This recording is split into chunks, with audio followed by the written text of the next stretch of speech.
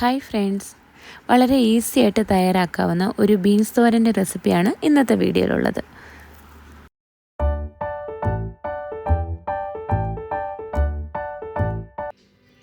നന്നായിട്ട് കഴുകി രണ്ട് സൈഡും കട്ട് ചെയ്തെടുത്ത ബീൻസ് നമുക്ക് ഇതുപോലെ നന്നായിട്ട് ചെറുതായിട്ടൊന്ന് അരിഞ്ഞെടുക്കാം.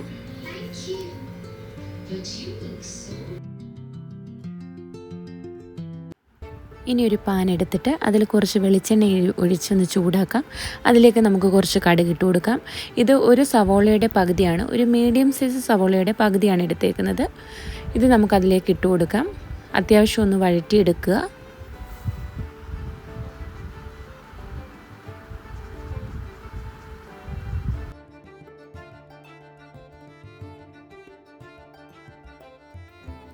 ഇനി നമുക്കിതിലേക്ക് അരിഞ്ഞു വെച്ചേക്കുന്ന ബീൻസ് ആഡ് ചെയ്ത് കൊടുക്കാം.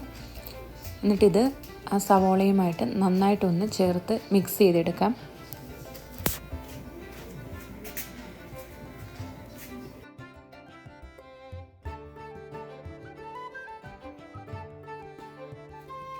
ഇതിലേക്ക് ആവശ്യത്തിന് ഉപ്പ് ആഡ് ചെയ്ത് കൊടുക്കുക.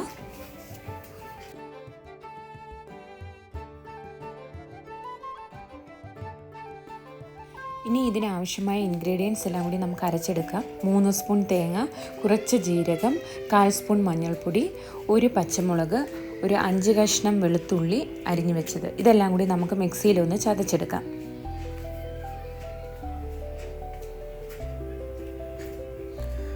ബീൻസ് തോരൻ വെന്തിട്ടുണ്ട്. ഇതിൻ്റെ അകത്തോടെ നമുക്ക് ഇതെല്ലാം കൂടി ഒന്ന് ആഡ് ചെയ്ത് നന്നായിട്ട് മിക്സ് ചെയ്തെടുക്കാം.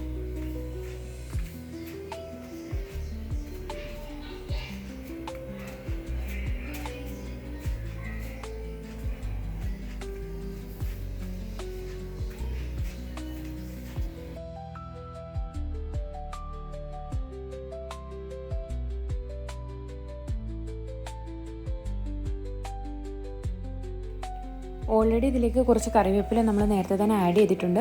നന്നായിട്ട് ചേർത്തിളക്കിയ ശേഷം ഇതുപോലെ ഒന്ന് തട്ടി വെച്ചിട്ട് നമുക്കൊന്ന് അടച്ച് വെക്കാം. അങ്ങനെ ഒരു 2 മിനിറ്റും കൂടി ചെറുതായിട്ടൊന്ന് വേവിച്ചെടുക്കാം.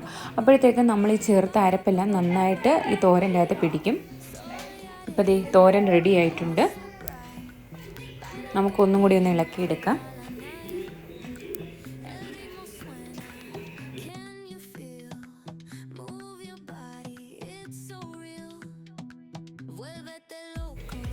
തോരൻ റെഡി ആയിട്ടുണ്ട്.